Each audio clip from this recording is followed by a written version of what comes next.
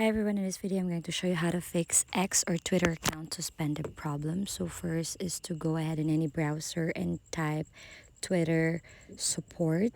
So we're going to look for the health center of Twitter or the X. So just choose the first option. So this is where we can contact now Twitter Help Center. Now in the search bar, tap on the account suspend or about suspended, and then tap OK, and then tap about suspended accounts, and then choose the second option there, about suspended accounts. So let's tap on it, and then next is you'll be headed to this page wherein you can see here the information to why might X account be suspended, or how to unsuspend your X account or your Twitter account. So you can just follow here the steps that you have to take.